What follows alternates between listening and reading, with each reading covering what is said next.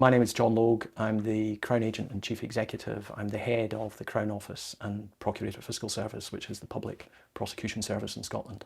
And this is a pretty unusual case, John. Has that been your experience over the last few years? In some ways, this has been a case like any other. We have lots of experience of dealing with financial crime and embezzlement. And so in some ways, this case was like many others that we deal with. But in some ways, it was very different. We knew from the beginning, because of the political elements that would attach to the case, that this case would attract a lot of political and public attention. And so that made it unusual, but we knew from the beginning the response from us had to be one of following our normal processes and dealing with the case as normal in order to make sure that we could give people confidence at the end of the day that we had dealt with this case appropriately.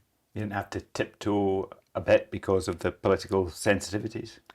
There were no restraints on us because of the political sensitivities, none at all, and we wouldn't allow that. That's not how we do our job. Our priority in every case is to be seen to be independent, to be fair to everyone involved, to follow the evidence, to uphold the law, to protect the rule of law. These are considerations we apply in every case. Now, depending on the nature of the case, some of those issues don't arise quite as sharply as they did in this case. We knew from the beginning this was going to be a case that would attract a lot of public attention, and it would be important for us to demonstrate to the public that we dealt with this case appropriately. And part of that was protecting our reputation of dealing independently and fairly with every case. So no, the politics that surrounded the case didn't inhibit us in any way whatsoever. But does that public media glare not put you under a bit more pressure? Do you not feel that extra pressure? You're aware of the interest. It doesn't create any pressure on the organisation. It doesn't create any pressure on the individuals who are dealing with the case because they are part of a team. This wasn't a case where we give the case to one person and leave one person to look at it and take all the decisions. This was a case, because of the scale and the nature of it, we had to build a team around the case. And so they have support from each other. We provide senior support. Senior prosecutors are available to give advice. And so I don't think that the wider political interest creates any pressure in the way that you're describing. What it does do is give the people working on it a really strong sense that they know that their work is going to be of interest to the public in this particular case, in a way that it might not be in some of the more routine cases that we deal with. Can you pop the case into context, given, as you've mentioned, you deal with lots of financial crime, including embezzlement? I think the best way I can describe it is, in some ways, this case was no different from embezzlement that people might recognise in their daily lives. If people are a member of a church or a bowling club or a golf club, if someone in that organisation has access to money on behalf of the society or the club and takes it and spends it in the local shops, that's embezzlement. And in some ways, this case was as simple as that, because what we were able to prove after the police investigation and after our investigation was that that was what Peter Murrell had done here. He had access to and control of party funds, and he used it for his own purposes. And that's the crime of embezzlement. So in that sense, it was very similar to lots of other financial crime cases that we deal with. But it was different in some ways. So the scale of it, the period of time that the offending took place over many years, the nature of the offending, he wasn't just buying things in the local shop in the way that someone might if they were embezzling from the golf club. He was doing a lot of online shopping. Some of that was retailers who were international. So that immediately means that the evidence you're going to be looking at is digital. It's going to be coming from different countries. That introduces complexity and process. And so in some ways, the essentials of the case are like any other embezzlement, but the particular circumstances of this case were quite different. It was of a larger scale, it was over a longer period of time, and it involved evidence that we knew was going to take a lot of time to work through. And then you've got the extra element that we've already talked about that heightened political and public interest in what was happening with the case. It was obvious to us from the beginning that this was an investigation that was going to take place in the public gaze, and therefore people would see things happen that they might not be aware of in any other case. More than 5 years from complaint to conclusion. Why did it take so long? It took that period of time because of the nature of the case, and in my experience, that's not unusual for cases of this nature to take that long. The reason why I think it looked and felt strange to people was because, as I've said, the investigation took place in public, and so people were aware of it from the very beginning. They wouldn't necessarily be aware of any other financial crime investigation starting and the different stages being gone through by the police and by prosecutors. And so there was that sense of the time passing while this investigation took place. But if you understand the nature of the case as I've described it and the type of evidence that was in the case, then from my point of view, it's perfectly understandable why it would take time. The police interviewed, I think, more than 500 witnesses. There were lots of transactions that had to be investigated. You'll have seen the detail that we presented to the court. Every single one of those transactions required us to go through evidence from the SNP, evidence from the retailers. We had to be able to show that SNP money was used in every single one of those transactions. We had to be able to show that Peter Murrell was responsible for the transaction. We had to be able to show what had been bought, prove that that had been delivered in circumstances that could link it to Peter Murrell. All of that for every single one of those transactions takes time. So from my point of view, I didn't have any concerns that there was something wrong here. I was aware in my role with my responsibilities that there was a really careful, thorough police investigation underway, and that when it came time for us to take the work that the police had done and play our part in the process, we would be set up and ready to carry out a similar detailed and thorough investigation. We do that because if you don't take the time at that stage to be really careful and prepare the case thoroughly, then you will run into problems when you bring the case to the court. And so what we're trying to do is make sure that when we're ready to bring the case to court, it starts at the point where we're ready to go to court, and any trial proceedings that happen after that happen without any real issues, that nothing goes wrong in the work that we have done to bring the case to court. In that 5-year period, there was a fairly lengthy period between the police sending in their reports and the Crown taking a decision. That's been criticised by people like Joanna Cherry herself, a KC. Is that a long time, and why did it take that period of time? So I don't accept that it was a period of time that was longer than it should have been for any reason. I've described to you what we were doing. We were carefully checking all of the evidence that the police had found. We were looking for other avenues to strengthen the case, and that's our role in Scotland. And it did develop in that period, the Murrell case, from a prosecution of offences over a particular period of time to offences that spanned a longer period of time. Just explain how that developed. Well, I think the starting point there is to understand that the system of investigating and prosecuting crime in Scotland is different from other parts of the United Kingdom in particular. And so the Lord Advocate in Scotland is the head of the system of prosecution in Scotland and has responsibility for the investigation of crime. And so when the police carry out a complex investigation like this in Scotland, they have the expertise and the resources to investigate complex financial crime. But we work with them from the very beginning. It's not a case of the police do their part of the process in isolation and then hand something to us. So we work with them from the very beginning, and we were aware of the investigation they were carrying out. And at the point where they then provide their report to us, they reported Peter Murrell to us because they had come to the conclusion that they thought there was enough evidence to justify a trial. Our part of that process then is to investigate as prosecutors and prepare the case for court. And that's the difference between Scotland and elsewhere in the United Kingdom. Prosecutors elsewhere in the United Kingdom don't have that investigative role. And so prosecutors elsewhere in the United Kingdom are used to simply taking the evidence that the police give them and preparing the case for court. But they don't carry out any further investigation of their own, and they don't direct the police to carry out investigations.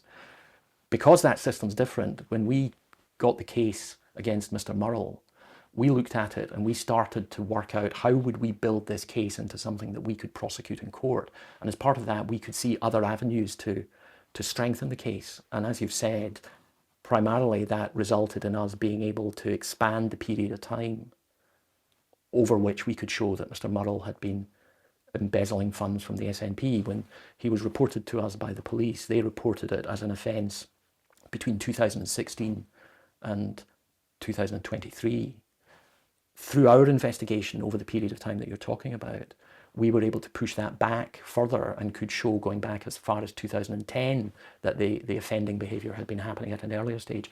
So that's a way of illustrating what we do as prosecutors. We don't just take the case and take it to court, which in the public eye might look like something you can do quite quickly. What we do is take the police case and we build on it and we prepare it for court and we investigate it. And that's why there was a period of time between the report coming to us in 2024 and us bringing Mr. Murrell to court for the first time in 2025. So you're turning up new evidence? That we were essentially a combination of working with the evidence the police had given us, but looking for further evidence. And that's what we were able to do in this case. And whilst you're obviously focused on the evidence you have, is there any reason for us to believe that there was no offending in the period before 2010 when Peter Murrell was in charge of this political party? So we framed the charge as being from 2010 to 2023 because on the evidence we had, that's what we could show before the court. And we took the decision that that was unlikely to change through further investigation. And so we took the decision that we were then ready to go to court for that period of time. It would not, in our view, have been in the public interest to carry on with an investigation without the prospect of getting further evidence. So you reach a point in any case where you think, we think what we have is the case, and there's no point in spending any other time trying to develop it further. Because digital evidence doesn't go back before that point, because there wasn't a company credit card, an SNP credit card before that point? In this case, a lot of the evidence came from records from the SNP, from financial records from banks, and from records from retailers. And what we were doing as part of our investigation was working with the police and gathering as much of that information as we could. Some of that can be quite time consuming and quite tricky. You have to quite often go to court in Scotland to get the authority to get financial records from a bank in England. That is quite a complicated process and adds time into it. So once you've gathered all that information from 3 different sources, then what you have to do is put it together and decide what does this show, what does the evidence that we've gathered show, and what can we prove in court? And you reach a point where you think, given the limits on records that companies hold, given the limits on people's recollections, a variety of different things, what we now have is the case that we think we can prosecute to the best of our ability. But that's not to say, just to be clear, that's not to say he didn't offend before 2010. It's just to say you don't have evidence of any offending before that time. We looked at the case of embezzlement, and from the evidence available, what we could show was embezzlement between 2010 and 2023. We can't say anything else about any time period before that. All we could show from the evidence that was available to us was that 13-year period. Another criticism that's been made of the management of this process is the gap between the preliminary hearing and the case returning to court and the plea of guilty from Peter Murrell. Did that take an excessively long period of time? Some people certainly think that it did. The truth of the matter is that we started this case in court 6 months before the time limit that applies in law in Scotland. We could have waited until July of 2026 to indict this case and still been within the legal time limits that are allowed to us as prosecutors. But our view was that the minute we were ready to bring this case before the court, the proper thing for us to do was to put it into court and have the public see that this case was being prosecuted. We were ready to indict this case in January of this year, so we went ahead and did it in January of this year. And therefore, that resulted in the first calling of the case in court and Peter Murrell appearing in court in February.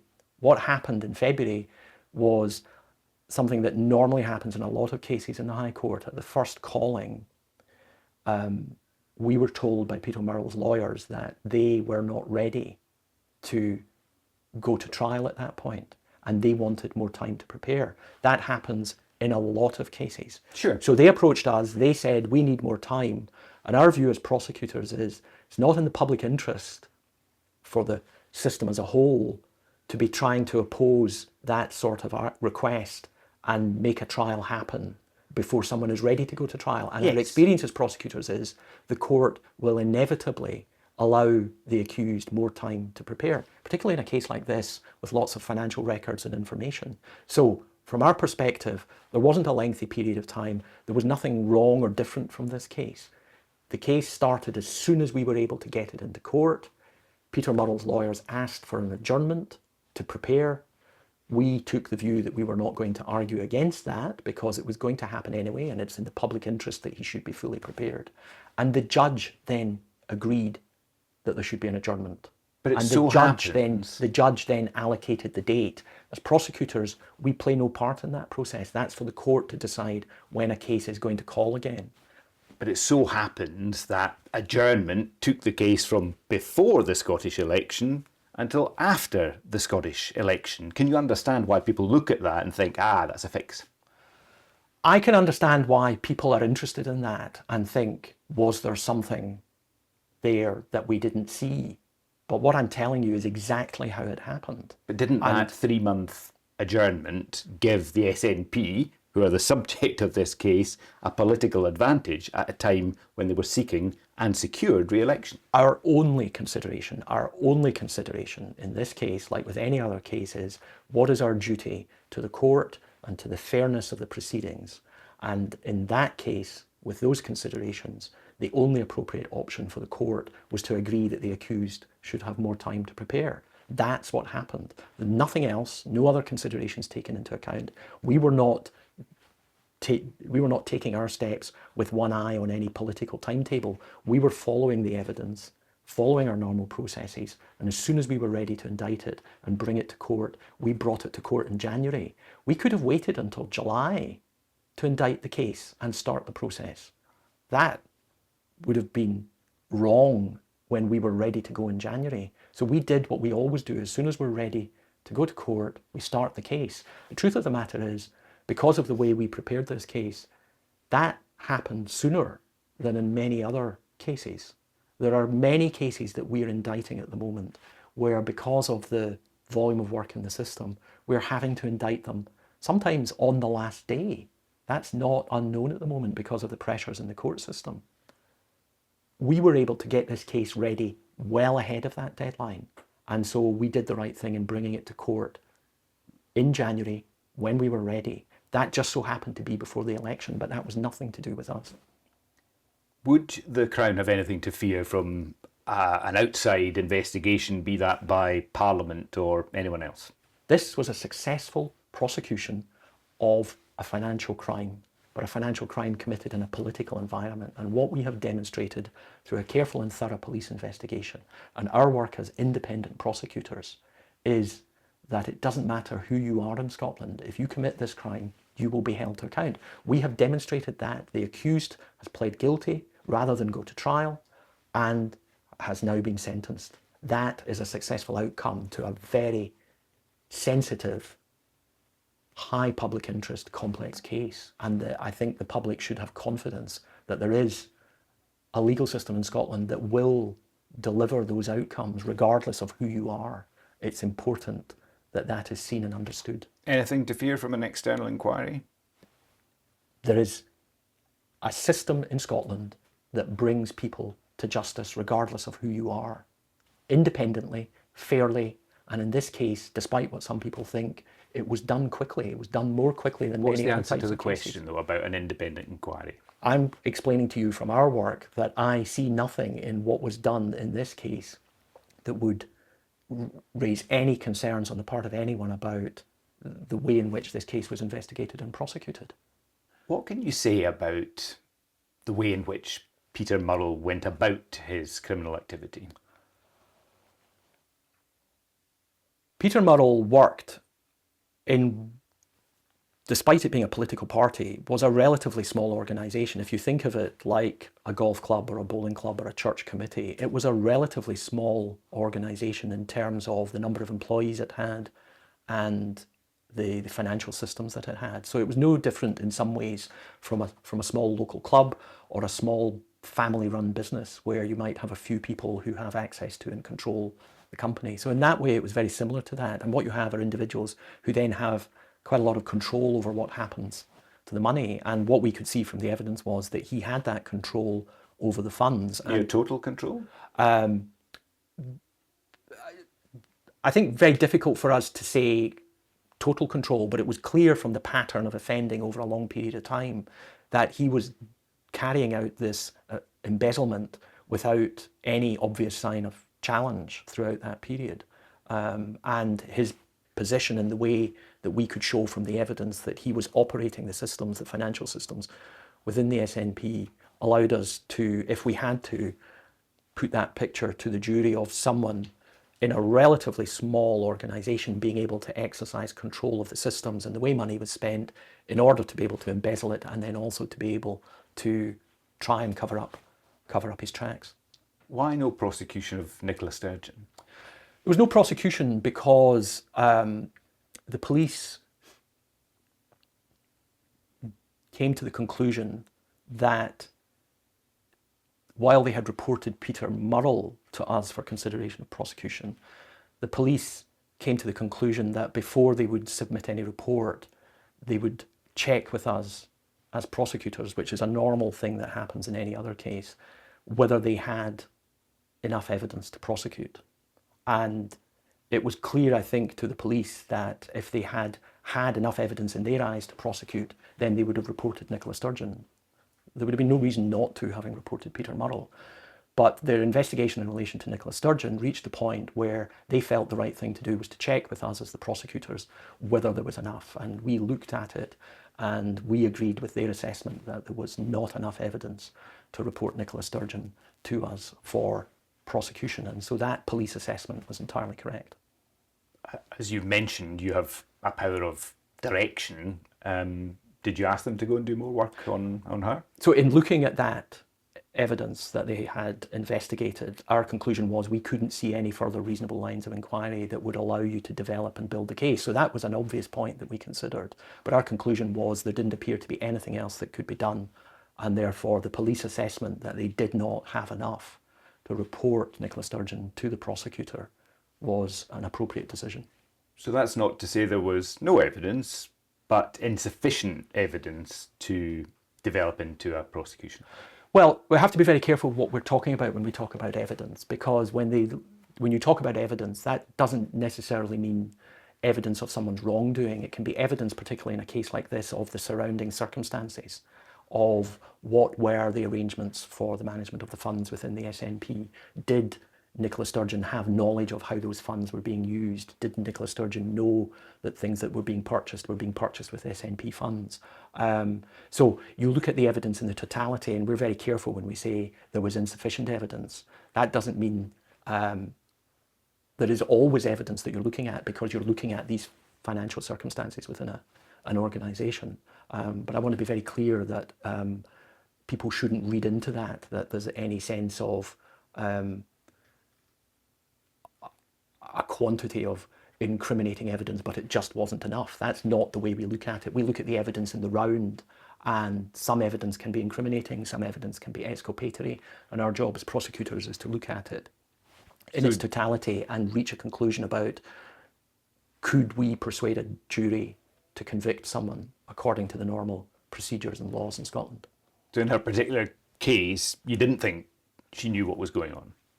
We thought the police were correct in their assessment that there was not sufficient evidence to report it to the prosecutor for the question of prosecution. The reason I'm being quite careful about that is there are important legal differences. This was not a case where the prosecutor decided not to prosecute, having had a report from the police. That's a very different type of decision and has different legal consequences. So that's why I think it's important, given the public interest in the issue, to be as clear as possible that this was a case where no report was sent to the prosecutor, and our view, having looked at what the police had done was that that was the correct thing for the police to do. Why did it take 7 months to reach that decision? Because of what I've explained about the need to look through the type of evidence that I've talked about. You're talking about really complex financial records. Some pieces of evidence had tens of thousands of pages of files with many, many lines of transactions. But not in her case, right? No, but the evidence was looked at together. We were looking at the question of the evidence against Peter Murrell, and at the same time we were considering whether the police had reached the right conclusion in relation to Nicola Sturgeon. And the other reason I think you've got to remember why this took time was the documents didn't all easily match up. This wasn't a financial case where you could easily get one set of records, get a second set of records and fit them together and they were a complete match. Because of what we could show Peter Murrell had done to change and alter the way in which evidence, the way in which the transactions were being recorded in the SNP, nothing matched. And so it takes time then. You've got to really unpick all the records that are there, which have, for example, reasons against them which turn out not to be true. And so you can't just easily find a corresponding entry in each system. So is it reasonable for Nicola Sturgeon to say that she was cleared as a result of all this investigatory work, that she was exonerated? Is that reasonable for her to say? All I can say is that Nicola Sturgeon was not reported to the prosecutor in Scotland by the police for consideration of prosecution. How anyone else chooses to characterise that, I have to leave it to them. But my view of it is she was not reported to the prosecutor in Scotland for consideration of prosecution because the police took a view on the evidence that had come from their investigation, and our view was that that was correct. Did Nicola Sturgeon fully cooperate with the police and the Crown in their inquiries? Nicola Sturgeon was interviewed by the police and after the interview provided information through her solicitor. Was that sufficient, that statement that she gave after her no comment interview? The statement was an explanation of her position, and we were able to take that account into our assessment of the evidence, and it didn't materially change in one way or another the conclusion that we reached. Did Peter Murrell fully cooperate with the inquiries? Peter Murrell was engaged from the point at which we decided to bring a criminal case against Peter Murrell. Peter Murrell was then engaged in a legal process in court where he has the advice of a lawyer, and there's a particular process that follows, and we would not expect Peter Murrell to be offering any information to the prosecution from that stage on. Once we're ready for court and we start preparing the case for trial, then Peter Murrell and his lawyer have to take their own decisions about how they respond to what we as the prosecution are bringing before the court. Did the SNP fully cooperate with police and Crown inquiries? So the SNP in this case was an organisation that had suffered the loss of money, and therefore they had their own interests as an organisation. Did they report themselves as a victim of crime during this process? That's not how this case started. This case started because members of the public, members or people who had donated money to the SNP, who may well have been party members, made a complaint to the police. Now the police looked into that particular complaint. They couldn't find evidence to support that particular allegation, but in looking at it, they began to see other things that were suspicious, and that's what led them to look at what Peter Murrell had been purchasing, and that then led them to have a conversation with us about they thought they could see evidence of embezzlement taking place. We agreed with them, and it was agreed that they would carry out an investigation. So that's how it came about. Would it have made the investigation easier if the SNP had submitted a complaint themselves as potential victims of a crime? I don't think that would have made any difference. What we had was an investigation that was already underway because of what the police had found when they started looking into the complaint from the public. The police had no difficulty obtaining the information they needed from the SNP, but it was as a result of the police obtaining that information and looking at it that led the police to suspect that Peter Murrell had been committing embezzlement. Just to touch on one of the points you've just raised, because people from the outside look in and go, given that this started with complaints about SNP funds raised through an appeal for independence campaigning. Why was there no fraud case as a result of that particular complaint? Simply because the police looked at that. They looked at it very carefully. The police investigation throughout was a very careful, thorough one, and they were not able to establish, according to the law, that the crime of fraud had been committed. But in looking at that, they became suspicious about other transactions, and that's what then led them to have a conversation with us.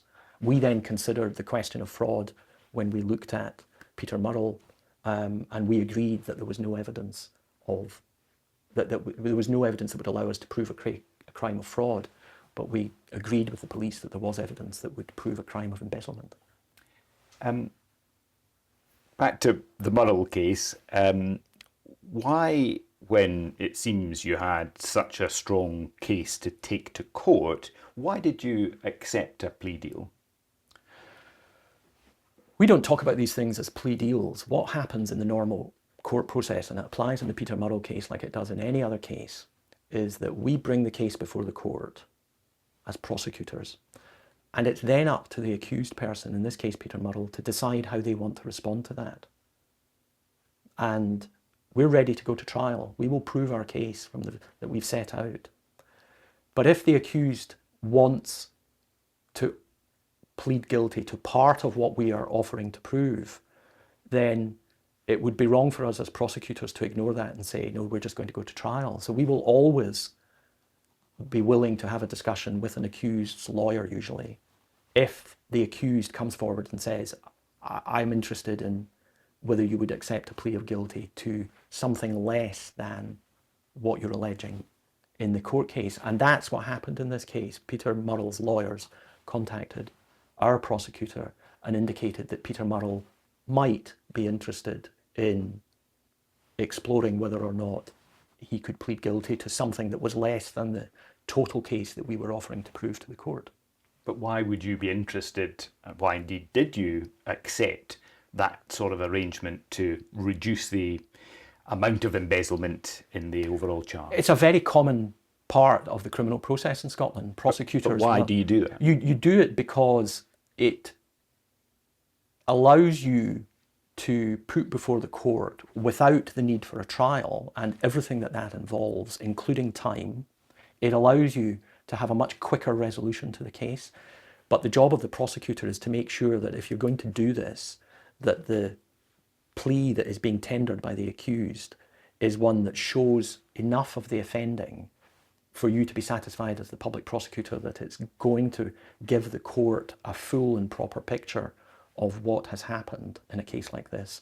And it's in the public interest then for that to be resolved as quickly as possible by an accused accepting the responsibility, rather than going into a process that may take many, many months to get to trial and may not ultimately result in a conviction. It's better to secure the accused's guilt in that way more quickly, even if it's not to everything that you as the prosecutor think you can prove. If you can do that at the beginning of the case, that's a much better outcome. Who gets to decide what is thrown out of the charge? Because some people look at it and go, well, there's a lot of female items in there. Was this to save Nicola Sturgeon's blushes? So we don't throw anything out of any case. But that process that I've described of an accused saying that they want to plead guilty and the prosecutor having that conversation with the accused lawyer, it's the prosecutor's decision about whether or not to accept what the accused is offering. The prosecutor can say, no, I'm not willing to accept that. I'm confident in everything I can prove and we're going to go to trial. So it's ultimately a decision that the prosecutor has to take, and that happens in every case. There was nothing unusual in the Peter Murrell case about that process. It happens in every court in Scotland every day of the week. I mean, some people say, well, actually, in this case, it would have been better if there was a trial because of the high levels of public interest, because of the people involved, because there are people who question every aspect of how this was handled. I quite understand that level of public interest in people having that view, but you've got to balance it against what we now have is a conviction. Now, in June of 2026, and Peter Murrell being sentenced in June of 2026, we're not going to be waiting until well into 2027 for a trial. We've secured the conviction. The court has been told what the offence involved, and so it's public now for the first time about the nature of the offending, the scale of the offending, and how he did this, how he was able to overcome the arrangements within the SNP to spend this money and for no one to notice it. That is a better outcome in June of 2026, giving the court that full account of the nature of the offending over the period of time between 2010 and 2023, rather than waiting for a trial which might deliver a completely different outcome next year. I wonder if I can ask a little bit about the role of the Lord Advocate, which has, of course, been questioned as a result of all of this. She and indeed the Solicitor General were not able to take part directly in the decision making in this case. Isn't it daft that we have a system where our top two prosecutors have to be excluded because they have other jobs in government? What we have is a system that works. And what we have are law officers who are heads of the system of prosecution and oversee the work of many prosecutors in Scotland. But shouldn't they be able to oversee a case as high profile and sensitive as this? What they are concerned about and what we're concerned about is ensuring that the public have confidence in the independence of the decision making. That is one of the most important things for us. Now, given the system that we have in Scotland, we have a long established process of ensuring that law officers are not personally involved in the decision making of anyone in a political position. But isn't it daft that we have a system that excludes the number one and number two prosecutors in the country because of their dual role? This is the system we've had since before devolution. This was not a creation of devolution. This was the same when the Lord Advocate and the Solicitor General were law officers in the UK government before 1997. We have well-established procedures to make sure that the public have confidence that no political considerations are taken into account in any decision-making that we make as prosecutors. So what role did they have in this case? They were simply informed after the event, as a matter of fact, of key milestones in the case. There was no consultation with them, there was no involvement with them in the decisions. They were just not involved in the decisions. The decisions were all taken by a prosecutor, a senior prosecutor, who took those decisions without referring to the law officers, and that's a well-established procedure. Because we recognised that this case was unusual in the amount of interest that it was going to attract, we decided to put in place an additional step to build in extra reassurance that the decision making was correct. So we engaged senior counsel from the bar who had extensive experience themselves of being a prosecutor, but was not at that time a prosecutor. So they had lots of experience of being a prosecutor and taking these decisions. So we engaged a second counsel, a KC, who then reviewed the decision making that was made by the prosecutor in Crown Office to go ahead with the prosecution. And that counsel was satisfied that the decision making was correct. So that was a step that we put in place particularly for this case, because we recognised that there would be lots of questions about because of the political interest in it, about the integrity of our decision making. And we wanted to be able to demonstrate to everyone that it was robust, thorough, and a decision that upheld our traditions of taking independent decisions that the public can have confidence in, are not affected by any other considerations. But given those steps that you had to take, given the length of the explanation you've had to give me to offer that reassurance, wouldn't it just be better if the top two prosecutors in the country were fully independent and could take the decisions themselves? So, prosecutors around the world are part of the executive. In every democracy, there are lots of different models for how prosecutors work. We have a model in Scotland that is very similar to other models. It's not similar to England, for instance. Well, actually it is. You'll have seen in the news yourself in the last week that the Attorney General has referred cases to the appeal court for sentencing. The Attorney General, who is openly political and appointed and sits in the cabinet, is taking prosecution decisions. So A lot of the comment about the law officers' positions in Scotland is often underpinned by a lack of understanding of actually the protections we have in Scotland and a very poor understanding of how other systems work around the world. It's not our job in the Crown Office to advocate for any model. What I'm interested in is making sure that people understand that the current model works and people have no reason to be concerned. Now, what you're describing as daft is in fact the really sensible way we have to work to make sure that we can give people confidence that the decisions are free from political consideration. The walls in the Crown Office are fairly thin.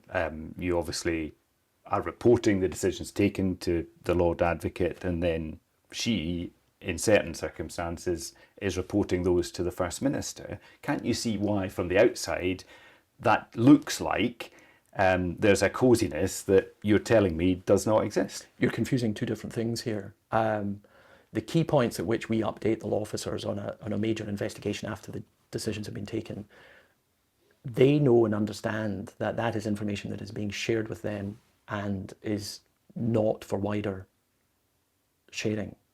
What you're confusing that with is a process where at key points in a case, we will advise the relevant government of steps that we are taking as prosecutors that government needs to know about. That's a different thing. There is no question of any law officers informally sharing anything out with that process. The sharing of information takes place in a very strict, formal way, which is documented to keep a record of it, where it's entirely proper for a prosecution service to tell the government of the day, which can be either the Scottish government or the UK government. It has happened over the years with both governments. There is no political consideration here. We will do this with whichever government is in, whichever political party is in power. It's about the government of the day knowing that public prosecutors are doing something which impacts on the government, might lead to the First Minister being asked a question, and it's important for the government and Scottish ministers to understand the limitations on what they can say if they're asked questions about it. That's a well-established process and is not to be confused with what you were asking about the point at which law officers are advised of outcomes in the case. Would Nicola Sturgeon have been aware that the Operation Branchform case was coming towards her door when she took the decision to announce her resignation as First Minister and SNP leader? I can't comment on what Nicola Sturgeon knew from her own personal circumstances, but I can be absolutely clear. No part of the prosecution service in Scotland shared anything with the government about what was being done in the investigation at that point. Following sentence, we move to a proceeds of crime procedure. Can you just explain what that is, what it means, how it works? So proceeds of crime legislation is a well-established process across the United Kingdom. It's legislation that applies throughout the UK, which allows courts to identify, after someone has been found guilty or pled guilty, allows them to identify the benefit they have derived from their criminal conduct. And a figure is attached to that through a process in court, and the court can then make an order for that benefit to be repaid by the person. And that's an order that lasts throughout the person's lifetime. So even if only a small amount of money is available at the beginning to go towards that order, the order lasts throughout that person's lifetime. And if they acquire further wealth, then that will go towards the payment of the order. So it's a well-established process that allows the courts to recover for public funding the proceeds of criminal activity. Who owns the camper van, the motorhome? That's a question that's going to have to be resolved through the legal processes that will now follow Mr. Murrell's conviction. Does the SNP have a reasonable case to extract some of the proceeds that might be recovered? So they have their own lawyers, and it will be up for them to take legal advice from their own lawyers and consider what position they should take in relation to this issue. I'm not allowed to give them or anyone else legal advice.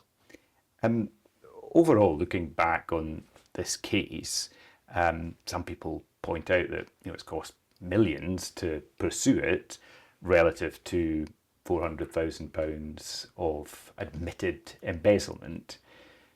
Is there a disproportionate element to what has been done to pursue this case to its conclusion? This is a case which has demonstrated that police and prosecutors in Scotland will hold to account people in positions of political power if they commit criminal offences. That is an important message, I think, for people in Scotland. That is the demonstration of the rule of law in action, that it does not matter who you are. If you commit a crime, there is a system in Scotland through police investigation, careful, thorough investigation, and the work of an independent prosecution service, which will bring people before the courts and allow the question of their criminality to be answered and held to account. That, I think, is the legacy of this case. It's a successful financial crime prosecution, but it's a prosecution that demonstrates we have a system that will hold people to account, even people in political power. John Logue, thank you very much. Thank you.